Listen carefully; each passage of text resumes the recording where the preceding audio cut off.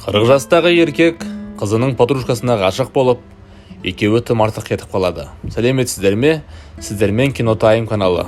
Бүгін біз «Красота по-американски» деген фильмді талқылайтын боламыз. Соңына дейін көріңіздер, еш өкінбейсіздер. Бұл фильмнің басты кейіпкері Лестер деген жігіт. Лестердің әйелімен бір қызы бар, және Лестер кейбір кезде душтың ішінде өз-өзін қанағаттандырады. Соңғы кездерде Лестердің өмірі өте қиын болып, жолы болмай жүр. Мысалға, оның жұмысында көптеген адамдарды жұмыстарынан қуып жатыр. Оның ішінде Лестер де бар.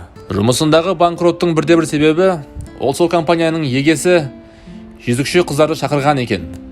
Сөйтіп ішіндегі бір қыз бастығының картасының номерін жаттап алып, ішіндегі компанияның ақшаларын әбден шашқан екен.